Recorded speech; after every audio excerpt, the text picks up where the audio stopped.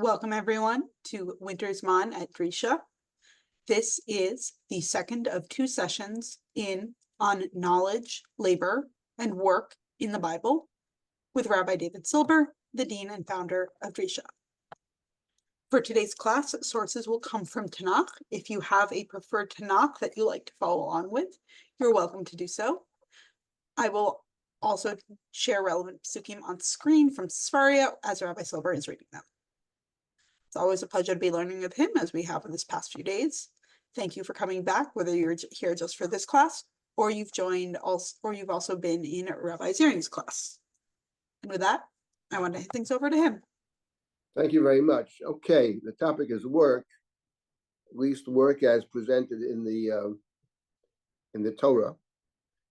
And one of the issues that the Torah herself raises is the following.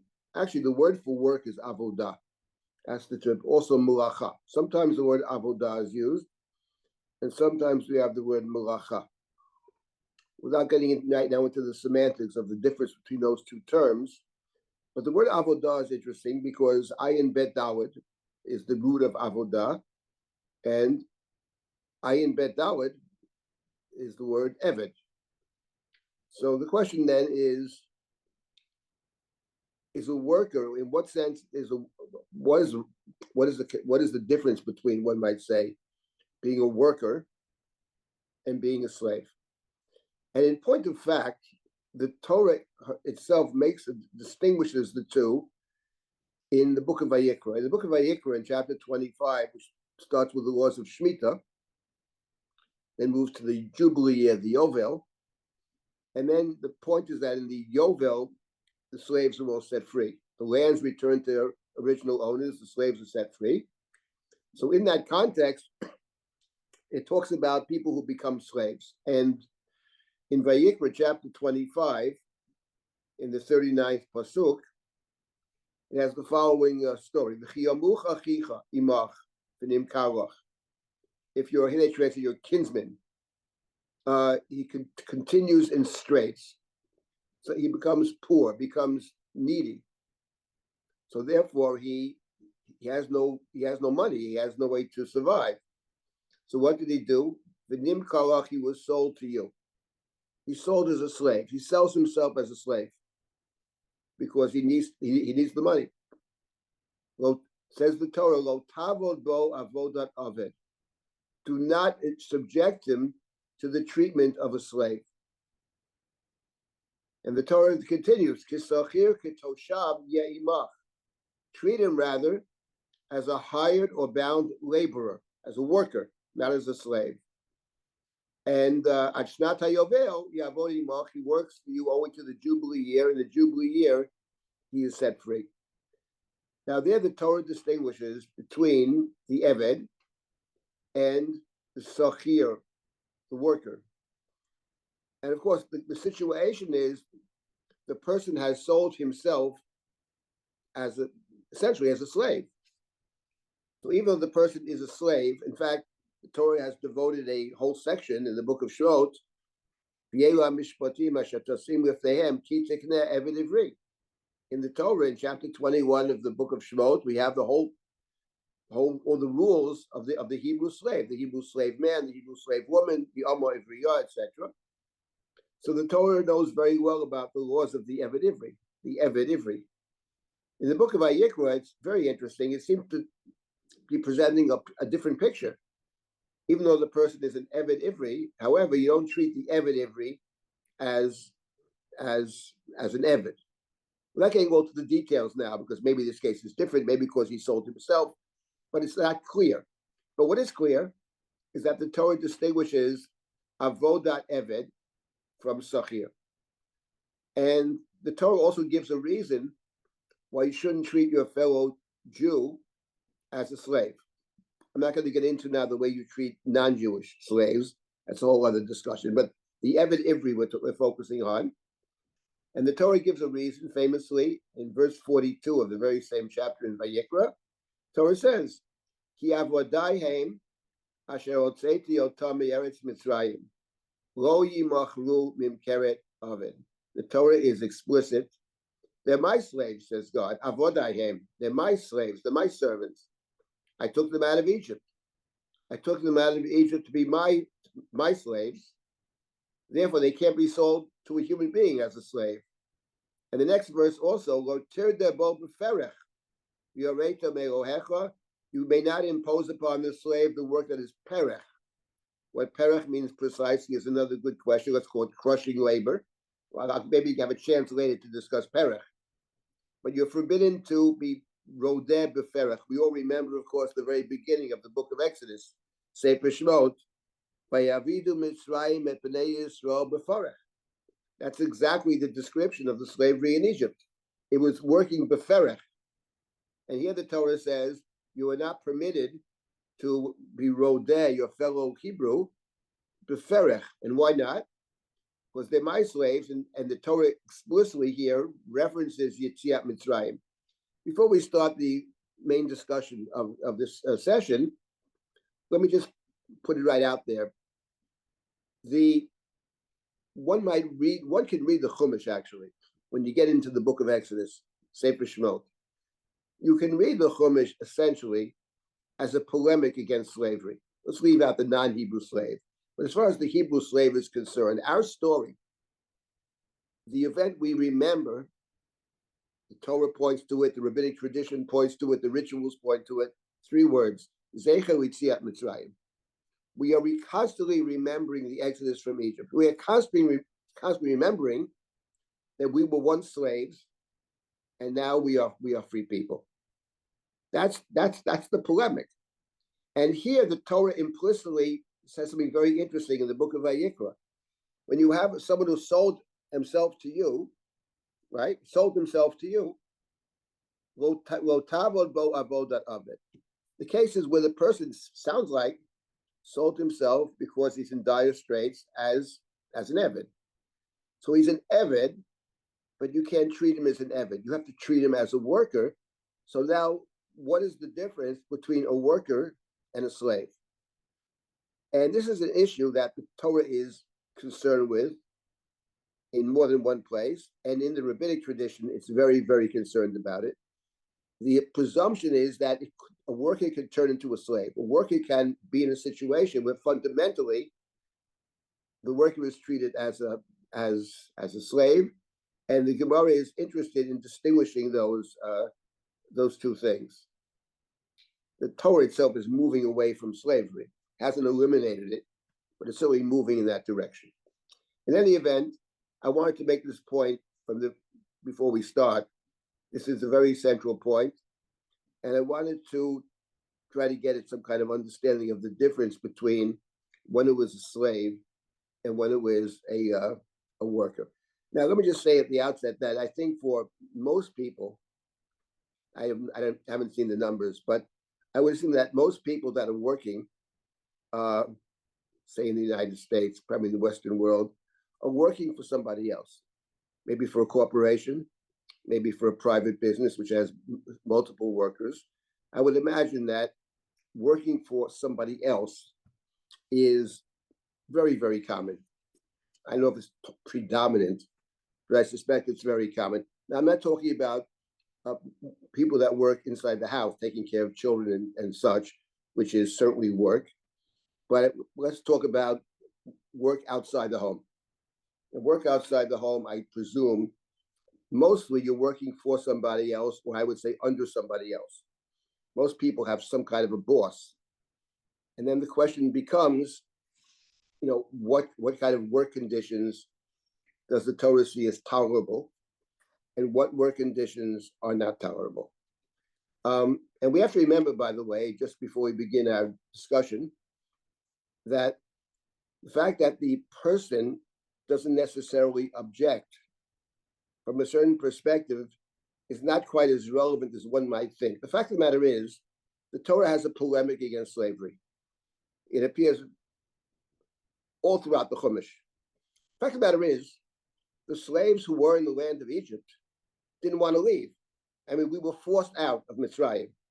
So the fact that people who were subjected to a bad situations, whether business, personal, very often are afraid to leave it, is not a justification for that particular setting. Human beings are reluctant to change things because the devil you know is better than the potential devil you don't know. That's the nature of the human being, but it's certainly not a justification. We know the story of the Chumash. The generation that left Mitzrayim are afraid to move forward, and they say more than once, take us back to Egypt. The Torah sees that as improper. So in terms of how the Torah presents it, that's what I want to look at with you in this session. And if we have a chance to look at two things, one is more of a legalistic session, and one is actually a story. And I want to begin with the story. Yesterday, we looked at the story of Yosef and raised certain questions about work, about whom we work, the kind of work we're doing, etc. And we saw that these things are not so simple. There are all different pieces to it. You can be doing a lot of good on one hand, at the very same time, you can be causing damage, which is not immediately obvious, but in the case of Joseph, it's empowering Pharaoh, it's giving the earth to Pharaoh, which is bad now, and for the future, it does not bode well. The story I'm thinking about, which is really about work, is the story, of course, of Yaakov in the house of Lavan. Yaakov is forced to run away from home. His brother tends to kill him, so he runs off to his uncle. He has additionally he has another objective, which is to find a wife. His father had said, "Go to Aram, go to the house of Lavan, your mother's brother, and take for yourself a wife from the daughters of Lavan." So he has two objectives, and he runs away. And it's a long story, but I wanted to focus on, let's say, chapter 31 of Breshit, and just how the Torah presents Yaakov as a worker in the house of Lavan. And there are two sides to it. Let me just say from the outset, these are big topics.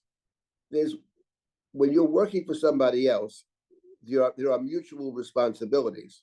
There's the responsibility of the employer to the employee. That's what employees tend to focus on. And there are many more employees than there are employers. So that's one focus. But then there's another focus that the Torah presents, which is the responsibility of the worker to the employer. And the Torah in chapter 31 presents us with both sides. The story, though, is the background to the story is that Yaakov, I'm sure this is familiar to all of us, most if not all of us. Yaakov runs away, comes to the house of Lavan. His intention is to marry, Lavan is his uncle, and his intention is to marry one of Lavan's daughters. But before he gets to Lavan's house, he already meets one of the daughters, his younger daughter, Rachel. He meets her, she's tending the flock. Yaakov sees her, he's very taken with her. He waters the flock for her, he kisses her, he tells her who he is, he cries, very emotional scene. He falls sort of love at first sight, he falls in love with Rachel. He goes back to Lavan, and he says to Lavan, first of all, he's already told Lavan pretty much the story. And Lavan, Yaakov's been there for a month. He's living with Lavan. His mother had told him that you'll go for a few days, and I'll bring you back. When your brother cools down, Esav has a temper. Esav, after a short while, he'll cool off. I'll send for you. I'll bring you back. That was the idea. But on the way to Lavan's house, God said to Yaakov, "I'll protect you. I'll care for you. No one's going to harm you." And suddenly you get the impression, "I'll bring you back." It's not going to be just a few days. In any event, Yaakov is living with his uncle. And Lavan says to Yaakov, "Because you're my brother, you should work for nothing." That's in chapter 29. Because you're my brother, you should work for nothing. Tell me, what are your wages? That's what Lavan says to Yaakov. Now, there's no intimation in the Chumash that Yaakov was actually working. And why would he work for Lavan? First of all, he only intends to be there for a short time initially. And number two, it's his uncle. He's living with his mother's brother.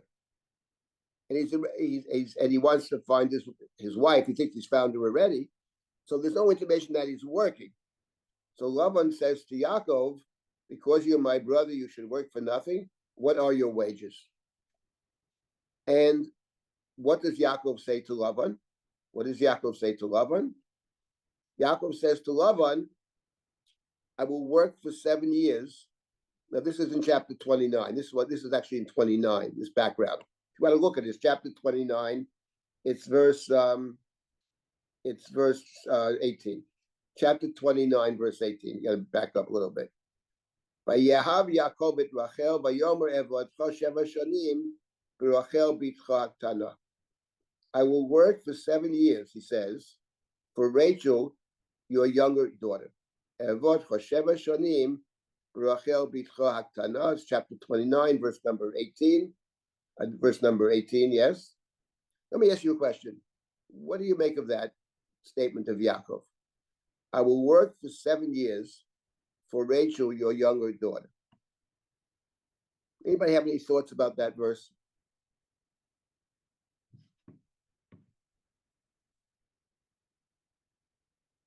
I have many thoughts about it, but maybe someone who wants to. What strikes you about this? Yeah. Seems a very long time to commit for a very long time when he thought he'd be there for his, Right. Yamim achadim, right. Right. So first of all, he's committing well beyond. His mother had said, I'll call for you for a few days. He makes this commitment of 7 years, which is, of course, a very long time. Why does he make that commitment? Why do you think he makes that commitment, by the way? I don't want to get too much into the Chumash here because we could spend forever on this. I mean, stuff is amazing. But why does he actually say that? I think actually in the pasuk itself, you can see what it's actually very interesting. Why he says, I'll work 7 years. Would you see that as a more enticement to go against the custom of the place to not marry off the younger before the elder? Right, I do see that. In other words, the point is, you can see from this verse. Or maybe he became very comfortable with the first 7 years of work. He hasn't been there yet. He's been there for a month so far. There for a month. Okay. He's been there for 1 month. Chodesh Yamim. The point is, what's interesting is he has a sense that, okay, some of the Mepharshim say, Rashi, of course, he doesn't trust Lavan. Rachel bitcha tana. But why does he say 7 years? I'll work for Rachel. But because 7 years is a long time. We'll come back to this because how many years does a slave work actually? The slave works in the Chumash, the Eved Ivri. 6 years. 6 years. The Eved Ivri works for 6 years, free in the 7th year. Yaakov is going beyond that. Yaakov is saying, I'll work for 7 years, but he makes clear, the Rachel bitcha tana, he knows apparently that there's an issue over here. Either it's Lavan's issue, it's the town's issue, but this is not normal.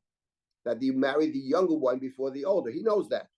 And He therefore makes he wants an to make it clear. outrageous. What? He makes an outrageous offer. He makes right. He's going beyond. In other words, he's going beyond. But the point is, there's another point over here which is very relevant to our topic about work. And that is, the point of it is, Yaakov did not come to Lavan's house to work. Nor should he work. Why would he work for his uncle? He's come to the house. It's Lavan who says to Yaakov, because you're my brother, should you work for nothing? There's no evidence he's been working. So I'll translate what Lavan is saying. Listen, kid, you may be my nephew, but if you think you're going to sponge off me and just wait around here without pitching in, that's not happening. So he puts it in terms of course you're going to work, but I'll pay you. Of course I'll pay you. Tell me what your wages are. In other words, Lavan has converted a personal relationship into a business relationship. Now, people talk about bringing their work home.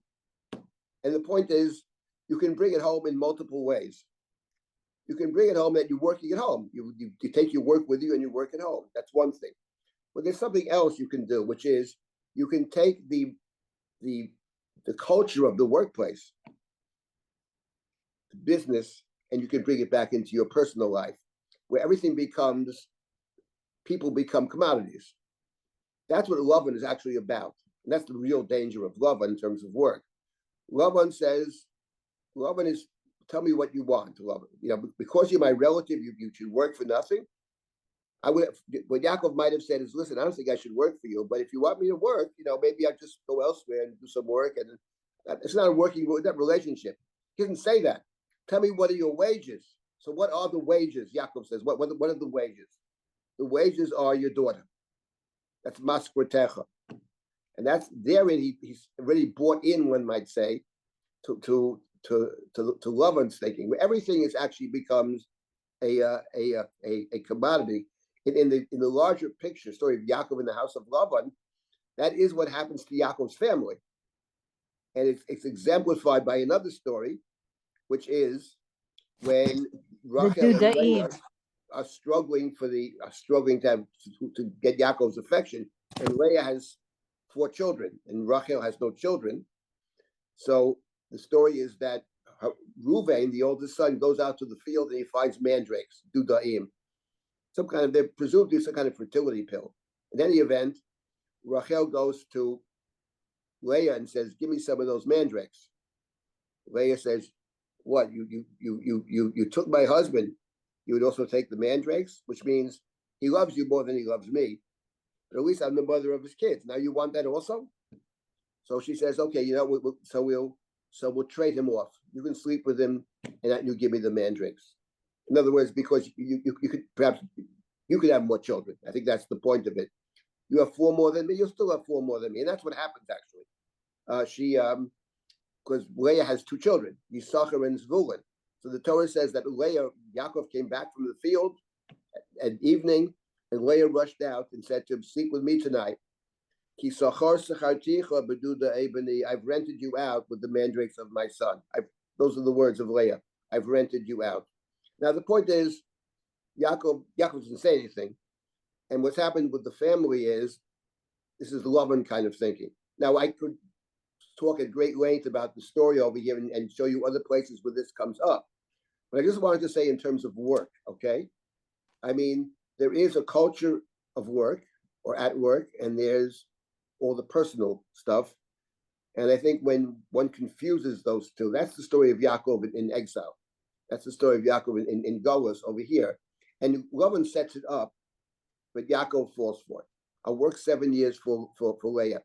All's fair and good. After 7 years, of course, Yaakov says, "Okay, Hava et ishti, give me Hava, give me my wife." I mean, because I paid. Right, the 7 years is just about up, and then Lavan says, of course, "Listen, of course he's married to Leah at this point, because what can I do?" He says, "The people don't not work another 7 years. Work another 7 years, and you can have Rachel right now, provide you work another 7 years." And Yaakov works an additional 7 years. So he's worked 14 years. One might say, Lavan said, "Because you're my nephew, you should work for nothing." And actually, he works 14 years, I would say, for less than nothing, because what he gets actually is an incredible amount of aggravation and terrible conflict within his home. But this is the setting of the story of Yaakov and Lavan. That's how it all starts. And now, what I wanted to look at is, given this background, the background is that so then Yaakov's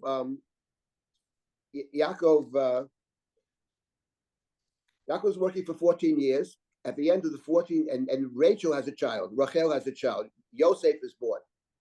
And when Yosef is born, Yaakov says to Lavan, "Send me home. Shalcheni v'yocha, send me home." Right? I've worked 14 years and for you, and I made you a rich man, by the way. And now it's time for me to go home.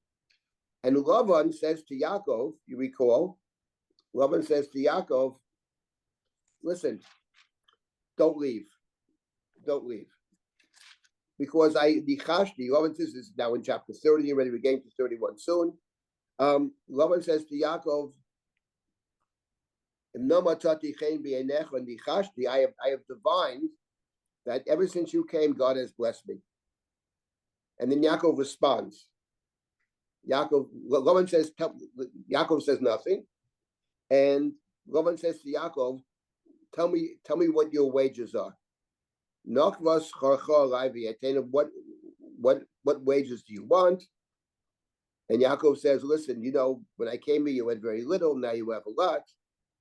It's time for me to work to support my own family. I have to make money to support my own family. Says Lavan, what do you want me to give you? Chapter 30. What does Yaakov say to Lavan? In short, what is Yaakov's response to Lavan? His response is, don't give me anything, right? You don't give me anything. The point is, if I'm waiting for you to give me, what I know is, between the time you send it and the time I get it, it won't be the thing that we agreed upon. I've been down that path once. You promised X and I got Y. That's not happening. I'll tell you what I will do. I'll work for both of us. I'll work for you and I'll work for myself. I'll work for you. I'll tend your flock and I'll work for myself. And the animals that have spots and speckles and bands, those will be mine. They're few in number. And Lavan makes the agreement. And of course, we know that Yaakov manipulates the flocks. He becomes a very wealthy man. Fine. Yaakov is very wealthy. He's manipulated the flocks. All's fair in business. And what he does is legitimate. He fools Lavan. He tricks Lavan. But it's all kosher in the sense that he didn't lie to Lavan. I'll take the spotted and the speckled ones. But Lavan thought those were few and far between and perhaps inferior. And when Yaakov manipulates them, without getting to the specifics of it, there are more of them and they're better. So Lavan has been out-Lavaned, one might say. Lavan's been tricked. The student of deception has outdone the maestro. But now Yaakov realizes that Lavan's out. He's in Lavan's disfavor, and the family is angry. So Yaakov runs away. He escapes Lavan. Vayignov Yaakov and Lev Lavan. He steals away, says the Torah, and Lavan catches up with him. And now we have this conversation, which I want to look at. Lavan has the conversation with Yaakov. In chapter 31, so Lavan accuses Yaakov. He has two accusations. One accusation is, why did you steal away? Why did you steal? He puts it in terms of, why did you steal my daughters? And number two, the second objection of Lavan is, why did you steal my trophim? Rachel, unbeknownst to Yaakov, has taken the idols, the trophim of her father. Those are the two accusations. Yaakov doesn't know that Rachel took them. He denies that. Whoever took it should die. I know nothing about it. As far as the other point of stealing away, says Yaakov, yes, I did steal away. I was gonev, as it were. I left in stealth. But if I didn't do it, you would have been gozel. You would have taken them by force. I had no choice. As far as the trophim, he says, I know nothing about these trophim. If you want to go search, go ahead and search, right? Go search all you want. So Lavan actually searches. You want to? I didn't take him. You don't believe me? Go search. He searches. He searches Yaakov's tent. He searches the tents of all the wives, Leah and Bilhah and Zilpah, and then he goes to Rachel's tent. Rachel has hidden the trophim, and yet Lavan can't find them because Rachel has hidden them. That's a whole another topic I'm not going to deal with. But he comes out, he can't find it. And now I want to take a look at Yaakov's speech to Lavan, which begins in verse number 36 of chapter 31. This is very much to our topic.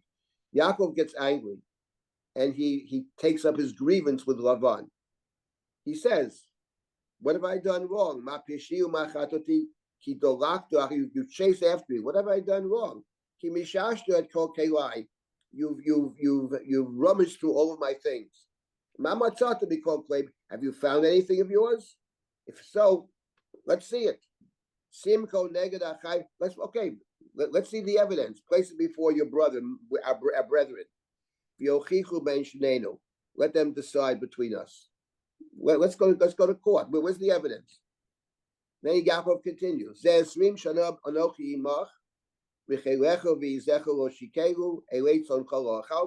worked for you for 20 years, he says. Your goats never miscarried. Your ewes and goats, nor did I feast on rams from your flock. I took nothing.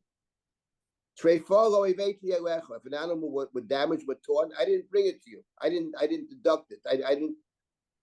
If we were missing, I took responsibility. Even for the animal was torn by another beast, I paid for it. You would come to me. Whether it was stolen by day or by night. If I was working in the day, I worked at night. He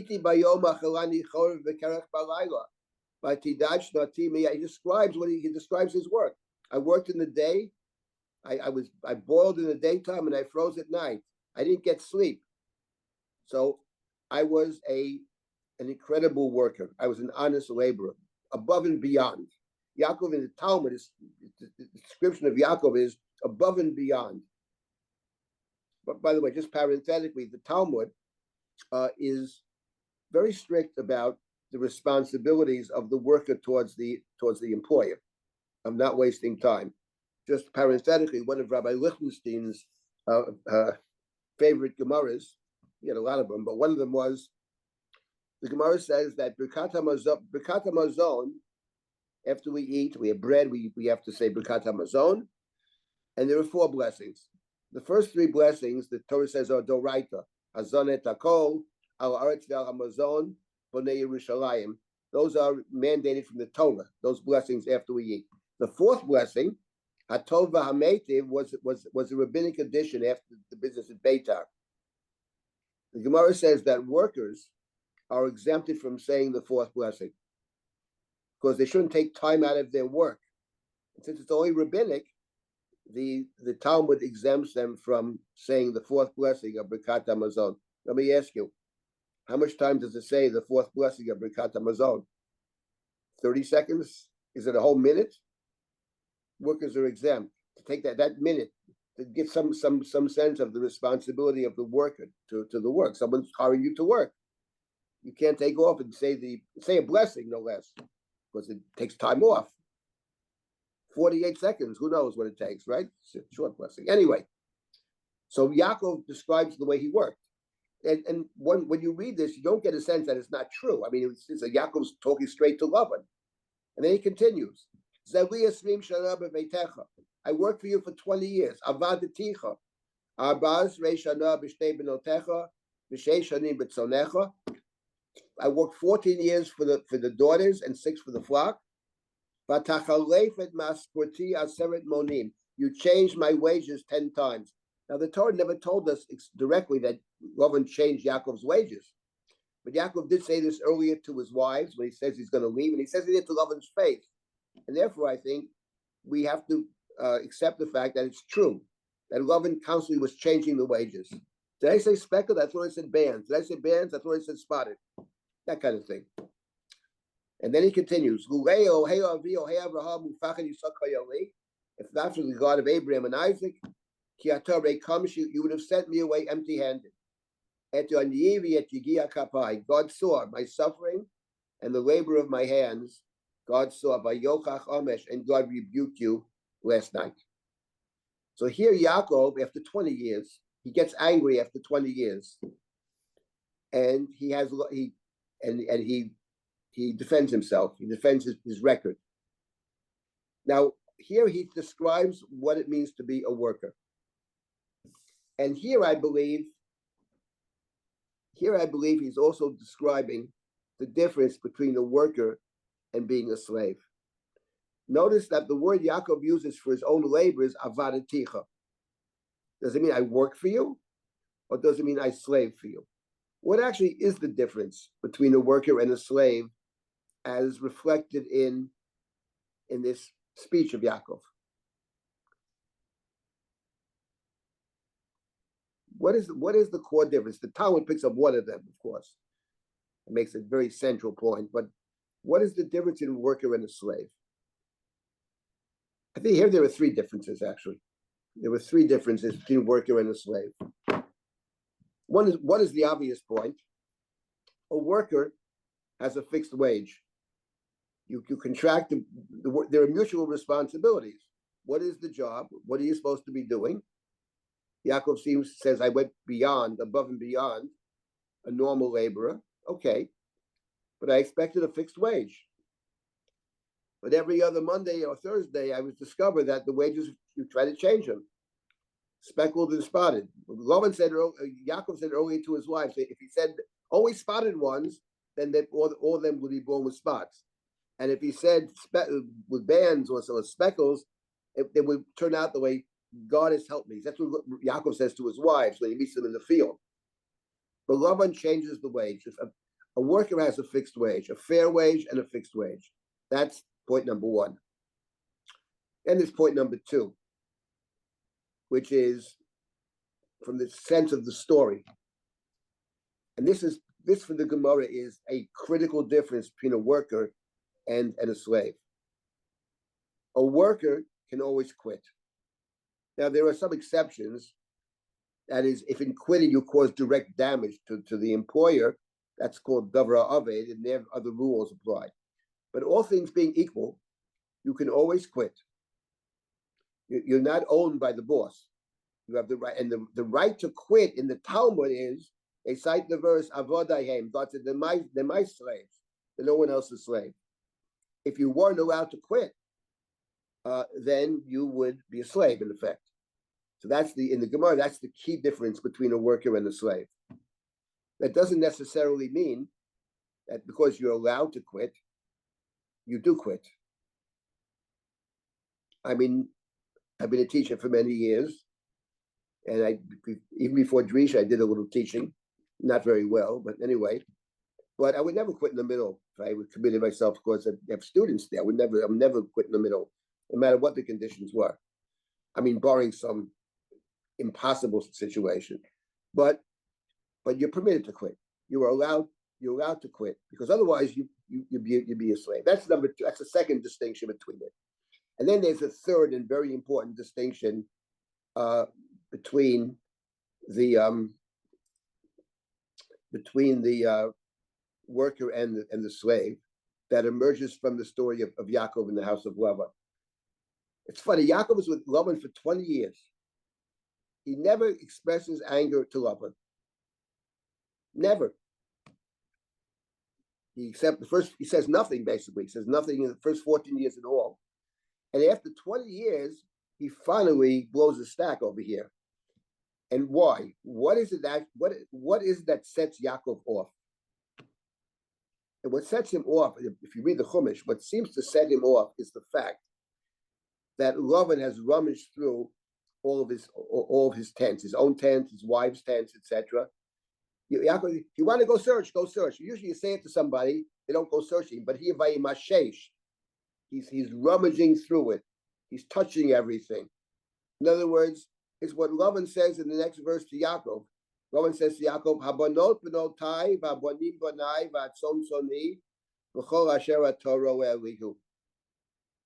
Because the point is that dignity and privacy are actually connected. The slave is a simple commodity. The slave is not a person. The slave, so therefore you can invade the privacy of the slave. That's how Lavan sees it. It's all mine. You're going through my stuff. Lavan would say, you have no stuff. I'm going through my stuff, he says. The kids are mine, the grandchildren are mine, the daughters are mine, and all the flocks are mine, and everything you see is mine. Lavan's very straight up about it. So the point is maintaining the dignity of the person who's working. That's what it means to be a worker. Because if you don't have that, you're simply a slave. So the slave is actually the two elements to being a slave. One is in terms of the monetary arrangement. That if that's violated, the worker can be turned into a slave. Then there's the personal side of it.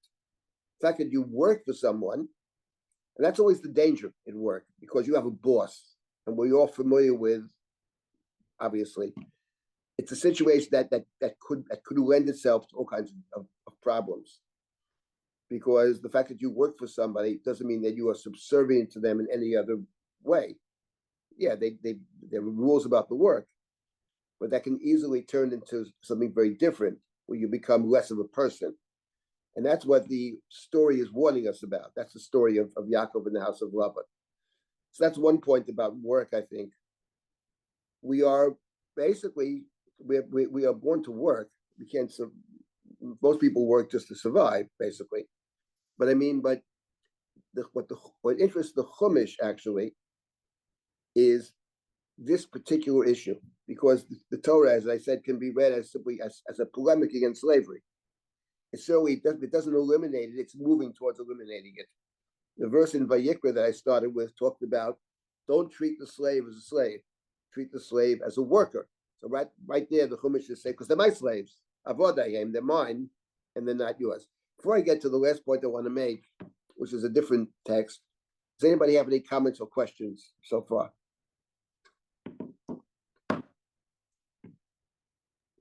I wanted to ask you, it just dawned on me after reading the parsha last week that in Perek Lamed, you had just read the pasuk that Lavan says to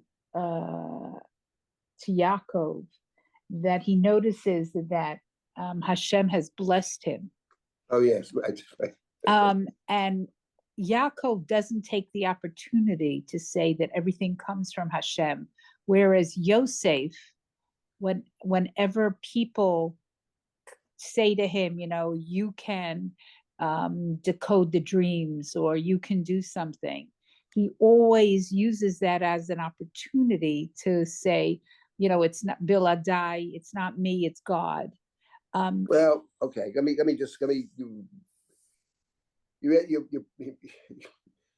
to properly respond would take us the rest of the time. Let me say the following: when Lavan, Lavan is very interesting.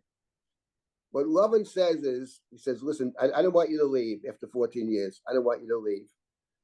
And we can see from Yaakov's speech why he wouldn't. Yaakov says, "I made you a rich man." But the point is, what Lavan said to Yaakov is, "Nichashti, I have divined that ever since you came, God has blessed me." Yaakov's response is, it's what you said, but even more so. Says Yaakov's, I'll reform you what Yaakov says to him. Listen, Lavan, my uncle, father-in-law, you don't have to divine to figure it out. It's not a coincidence. Lavan makes it sound like, you know what? There's this unbelievable coincidence that ever since you came, I'm rich. Says Yaakov, it's no coincidence. I made you rich. Don't talk about coincidence. I work like a dog for you and made you rich. So it's not a coincidence, right? Lavan mentioning God over here, right? Right? It's not. It's God bless you, Ragui. Ever since I'm on the job, of course, you're blessed because I work. In other words, it's a way of Lavan to suggest it's not really about you. It's just you're kind of a good luck charm. Says Yaakov, I'm not a good luck charm. I'm a great worker. And that's why you're rich. And now it's time to work for myself. What do you want me to give you? Don't give me anything. Because if you give me something, I'll never get it. You're going to give me Rachel, but I've had to work 7 more years. So don't give me anything. We'll do them. I'll work for you and me at the same time. We're partners. You have these animals without spots. I'll take the animals with the spots. But I'm working. You don't give me. They're mine right away. That's Yaakov's learned a lot. Now, as far as Yosef is concerned, we have to just say one thing about Yosef, and those stories are coming up now as reading them. But when Yosef makes a statement like, it's not me, it's God, we have to take that with several tons of salt. It may be God, but the point of it is, Pharaoh doesn't care if it's God or not God. What Pharaoh says to Yosef is, okay, it's God, but God speaks through you. Therefore, I'm going to hire you. And Yosef is not unaware of that, right? I mean, so whatever Yosef is very interesting and complicated, but I think when Yosef is saying it's God, he's already positioning for the job. It says we got to find a very wise man to work for to carry all this. It says, who's wiser than you? If God speaks through you, you're the wisest, right? So therefore, anyway, that's the Yosef story. But Yeah, okay. Anybody else with a comment? Yes, Jessica? Oh, Yes. thank you. Thank you. I was wondering if, maybe it's outside the scope of this, but could you infer from this also any obligation on an employee, on Yaakov, to advocate for himself along the way and avoid the circumstance of kind of becoming a slave due to your own lack of advocacy, humility, over humility? There's some obligation on the employee.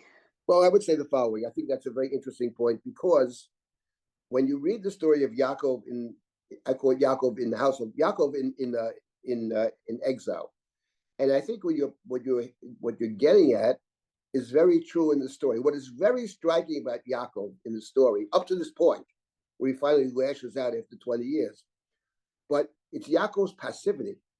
In other words, when Leah says, "Hey, sleep with me tonight because I have bought you, I've rented you out," he says nothing, doesn't respond. He sleeps with her, and they have 12 children in the story. Normally in the Chumash, the way it works is the man names some and the woman names some. In this case, the women give every single name. Yaakov doesn't name a single one of his children. The only time he does is after he leaves the house of Lavan, and Binyamin is born, and Rachel names him Ben-Oni, and Yaakov changes the name.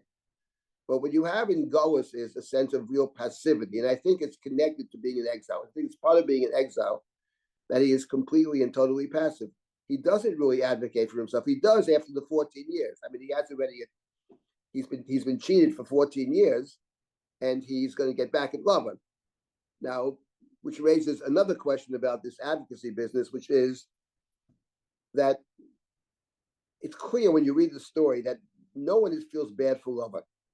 The guy is a crook from day one, and a very clever one too. The question is not.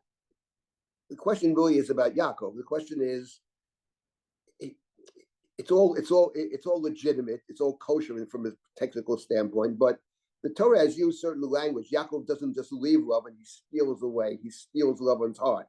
He manipulates the flocks. Of course, he tricks Lavan. Okay, and the question is that kind of behavior. What does the Chumash think of it? I mean, this is a guy who tells his wife, "I had a dream last night about the animals mating," and the same guy had 20 years earlier dreams about angels. So living in this culture, which is another issue about cultures, and workplaces have cultures, and usually, like most places, what they say the place is about and what it's actually about are not necessarily the same. So in terms of work, we have to remember we're spending a lot of time at work, and we're in places that have cultures. I mean, a bottom line is, for most workplaces, the bottom line is the bottom line. Business are in business to make money. How they do it, how they treat the employees, et cetera, et cetera. Is there any ethical dimension here at all? These are all questions. And from what people say, often you can't really tell. So you're in a certain kind of a place. You're living with love, and if he's your boss, the question is to what extent love and like thinking is going to affect you. And it's clear from the house of Yaakov's family, the way it's built, with the competition and etc. And people are actually buying and selling. Rachel was bought. Rachel says, I'll work 7 years. That's my wages. She's my wages. When you start in that path, there's always a problem. I want to get to one other point here. These sessions are, these sessions could be many, many weeks. To really go through the story of Yaakov in the house of Lavan, I want to let me one of the points about Yaakov in the house of Lavan, which I think is an interesting point. Yaakov works for 20 years in the house of Lavan. 20. 7 years for Rachel, but he gets Leah. 7 more years for Rachel. Those are the first 14 years, okay? And he had committed to work 7 years for Rachel. But what's interesting is that he leaves after 6 years. And I'm wondering about this point. And that is because the Hebrew slave in the Chumash, in the book of Shemot, works for 6 years. And the 7th year, you're free. Which from the Torah's standpoint is, yes, you're an Eved, but we are limiting the Torah's moving towards eliminating slavery, at least Hebrew slavery. And it limits it from, you're a slave forever. No, you're not a slave forever. You're a slave for maximally 6 years. And then in the book of Vayikra, you're a slave till the Yovel. So maybe it's whichever one comes first, but there's all kinds of limitations. And I'm wondering about this 20 years, 7, 7, and then 6. And the fact that he leaves after 6 years maybe says something about the way Yaakov sees himself. Now, having said all that, simply, and this, again, a big topic, what Yaakov is claiming over here is that he's been treated as a slave. That's Yaakov's claim. I've been an Eved. You treat me like an Eved. You change my wages. You rummage through my things. You don't allow me to leave. You chase after me. Those are features of slavery. So what Yaakov says is, I've actually been a slave, and I don't want to be a slave anymore. And leaving after 6 years means I'm not a slave. So I'm wondering about the 7 and the 6. I just put out there as an interesting thing to think about. I want to make one other point, though. Unfortunately, we have limited time here, but let me make one other point about work. So we looked at briefly, story of Joseph, who's a worker, works for Pharaoh. Of course, the story of Yaakov in the house of Laban, which raises all kinds of interesting questions about work as opposed to slavery.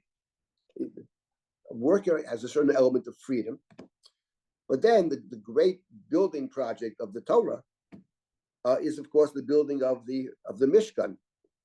The Torah spends 12 chapters in the next book, 12 out of 40 chapters, describing the building of the Mishkan. And we, of course, all remember that the very first chapter of the book of Exodus is that Pharaoh, who wants to enslave the Jewish people, places upon them taskmasters. Sorei misim, l'man anoto b'sivrotam, vayiven arei miskanot l'Pharaoh et pitom v'et Ramses. That's how the book begins. We are building things for Pharaoh. And the Torah calls this slavery, oppression and slavery. Perech is another word. But the book ends with building things for God, or building things for ourselves and God, kind of partnership. So I want just briefly to look at a few verses which describe the building of the Mishkan, and it's in counter to, different from, working for Pharaoh. One might say that it's a kind of, in terms of work, there's a kind of ideal picture that's being presented in terms of work. Let's just find these verses. This is in the book of Shemot. It's 12 chapters, but I picked out just a few verses. So do you have those? Which verses are those, Kayla? You have them someplace or other? I have all of chapter 31, and I also have chapter 35, verse 12. 35. We have limited time over here. Let's see over here. Chapter 30. Chapter 35, you said? Yes. Yes, chapter 35, Verse 20, 12. verse 20, verse 20. All right. Verse 20. Let's read that. Chapter 35, verse 20. Describe the actual building of the Mishkan. Let's start with even 21. Verse number 21. Vayavo kol ish asher nisa'o libo. V'chashen nodva rucho to heviu et trumat Hashem limlechet ol moed l'chol avodato u'bigdei hakodesh. Vayavo anoshim al anoshim kol nedivlei ve'viu chach v'nezem tabat v'chumaz kol kli zahav. I'll read the English because everyone who excelled in ability, everyone whose spirit moved him, came, bringing to God, offering for the work of the tent of meeting, the Ol Moed, all its service, for the sacral vestments, men and women, all whose hearts moved them, all who would make an elevation offering of gold to God, came bringing them brooches, earrings, rings, pendants, gold objects. Everyone who had possession, blue, purple, and crimson yarns, goat's hair, etc., brought them. Everyone who would make gifts of silver or copper brought them as gifts. Okay? Verse number 25. The wise women, wise or skilled women, they knit, they spun with their own hands. Right? It describes what the princes, the heads of the tribes are bringing things. Right? So we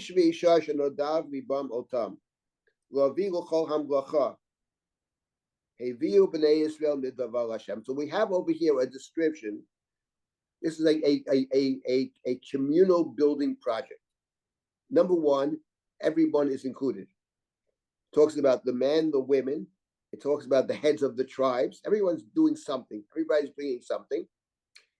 The building is done voluntarily. Now, there was a component which was not voluntary, which is the half shekel. But the great preponderance of building is done by people that step forward, that come forward to build. The term that's used is the word mulacha. In the continuation, in verse number 30, it describes that the head of the building project. Vayom Moshe el bnei Yisrael v'u kara Hashem b'shem B'tzalel ben Uri ben Hur matei Yehuda vayimalei oto ruach Elohim. B'tzalel was filled with God's wisdom, chachma, tvuna, dat, uv'chol melacha, v'lachshov machshavot, and to make designs. Okay, lachshov machshavot, lahorot natan b'libo. He's able to give direction. He has a helper. Milei otam chachmat leiv, etc. This is the building of the Mishkan. This is the way the book of Exodus ends. This is the culmination of a book which talks about the Exodus. This is the goal, to build God's home in which God and the human being shares the space. And what is it about the building of the Mishkan? What does the Torah say about the building of the Mishkan? And I want to point out several things about the building of the Mishkan, which speaks to a kind of ideal, what the workplace should be about.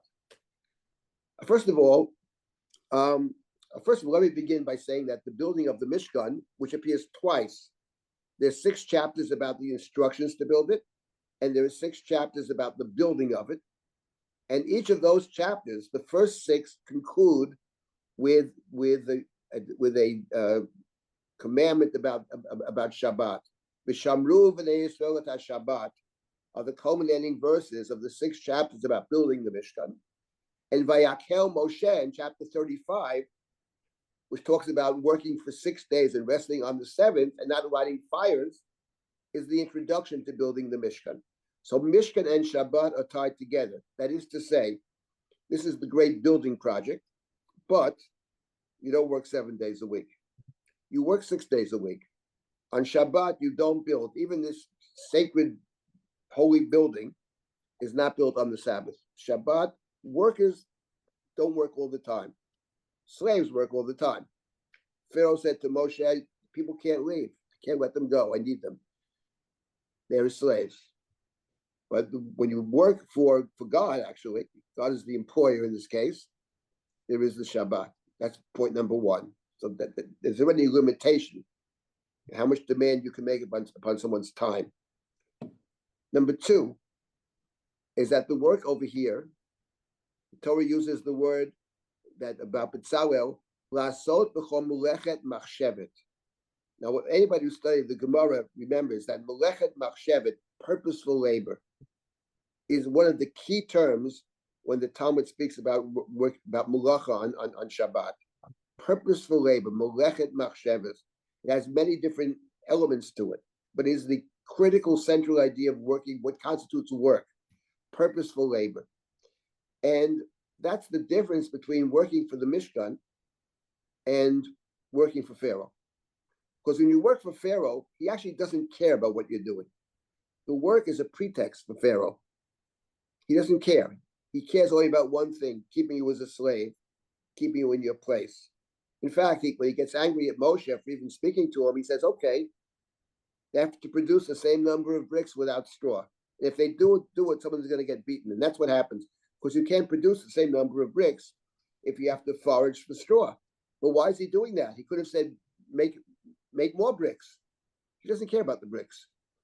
It's an excuse to keep the people in their place. So Mulechet Machshevet means that work which has a purpose. One has a sense that I'm doing something for a purpose. That's the ideal workplace, whatever it is. But there's a purpose to what I'm doing. And finally, number 3, which is very important, is there is a community of workers over here. This is the most democratic part of the whole Torah, I would say. The princes bring their thing, the men do their thing, the women bring their things. There's B'tzalel, there's his helpers, there's the wise or skilled women and the skilled men. Everybody's doing it, and there's no coercion, actually. The building of the Mishkan, the word that stands out in the building of the Mishkan is the word nidava. The work is actually voluntary. You've created a space where people want to participate because they feel what they're doing actually has a purpose. To build God's house, to create a community in which God is at the center. That is a noble purpose. And if you have such a place, people actually want to work there. It's not adversarial. People want to work there. And Moshe asked in the building of the Mishkan, if you remember, Moshe asked to issue a clarion call, stop donating, he says. Stop donating. No fundraiser ever said that, I think. Stop donating, we have too much. We have more than enough. So the Torah concludes, Torah is the story of the movement from slavery to freedom. I'm saying from being an Eved in the beginning of the book of Exodus to being a free person at the end of the book of Exodus. And the sign of freedom is the way that we work, the kind of structures we set up in which people are working. The great building project of the Bible is one that people want to participate. Now, so I think it's incumbent, it's not about any one particular person. These are, I think, communal responsibility. The Mishkan ultimately is the responsibility of the entire community. And the question is, how can we, this is a whole other discussion, but how can we work towards creating such kind of spaces in which people are respected for what they do, whatever it is, because everything's needed. And where there's a sense of I'm doing something that's actually is for the public and the private good, purposeful labor, and where people have time to do other things. You don't work all the time. There are other things that one must do. The Mishkan's about sacred space. The Sabbath is about sacred time.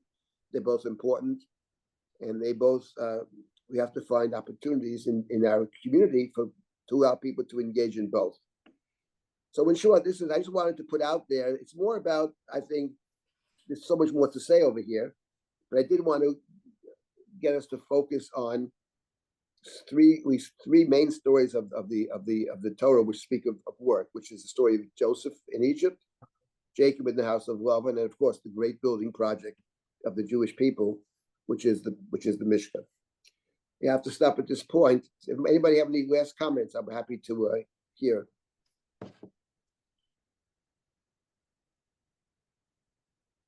Thank you for all the comments in chat. Came up in the last 2 minutes. Michael Belinsky quote, the Dean of Kellogg claimed that if you asked the janitor during the 60s who swept the floor what his job was, he would answer to put the man on the moon. Did I get that right? Yeah, the point being just sharing the mission completely. Right. That's the ideal. It's not always so simple to do that, but it has to do with the way people talk to each other for the starters, and and respecting the part of the point I was making about Lavan is there's no respect for Jacob, because as far as he's concerned, Jacob doesn't exist as a person. Jacob is a worker. Jacob is a slave. The daughters are mine. Everything you see is mine, he says. I didn't go through your stuff. I went through my stuff. That's a certain mentality, which is Lavan, basically. And that's one that we have to run away from. We have to escape that mentality and create another kind of space where people feel that they're contributing and their contributions are respected to whatever their jobs may be. So yeah. There was an earlier comment. I saw Ruth had a comment. I don't remember what the comment was, but something I wanted to respond to at the time. Ruth Shane says, Oh yeah, about going home at night. He doesn't work Yomam Valayla, which right. is So that is very interesting. That's a Gemara actually in Kedushin about the Eved Ivri. He works day and night because the boss gives them slaves to sleep with, and they have children. He keeps the children, etc. So yeah, that's interesting. By the way, I just want to say that this is a very big topic, and I focus on 3 stories of the Chumash, but there's a ton of stuff in this in terms of the Gemaras, and the Gemara is very much deals with these different issues about the respecting the worker. I mentioned the worker always has the right to quit, etc. There's all kinds of Gemaras about this, and there were loads of questions. I mean, most of our waking hours for most of us is probably some kind of work, so it's not a small thing. It's how we live our lives for the most part. The place of work in our lives is a whole other question. Because you can be in a job which takes up all of your time, basically. It doesn't leave time for anything else. I will close with the Rambam. The Rambam talks about the study of Torah. The Rambam believed that everybody who's studying Torah should also have a job. The Rambam was very, very strict about this. Don't just learn all the time, have someone pay for it. You have to also work. The rabbis of the Talmud, where they worked, each one had a job. Then the Rambam says, so let's say that 12 hours of 12 waking hours in the day, the Rambam says, okay, you should probably learn for 9 hours and work for 3. That's what the Rambam says. But you got to work for those 3, and then of course you can go beyond that at night with the best learnings at night, extra time, etc. But the Rambam does put out there famously that everybody should also have a job. Everybody should also be working and contributing in that way as well, and not living off society. Now, of course, every community has in the Talmud, every community has funds for people in need. There's a communal kitchen for people in need. So, of course, we understand that people fall on hard times, and it's a communal responsibility to protect those people and to care for them. But the Rambam says everybody should try to their ability to be self-sufficient. Not to be wealthy, but to be self-sufficient, that you don't need to, right? As we say in our Birkat HaMazon, we don't want to be beholden to anybody else. We hope we can be self-sufficient, and we thank God for providing us with the raw materials to allow us to be self-sufficient. But that's for sure. That's the idea of basically having time for other things. And again, these are questions that are big questions. My goal here was just to point out 3 biblical texts from the Torah that I think speak to a lot of these issues. All right, I'll stop at this point, I guess. Thank you very much. Thank you all. Thank you. Take care.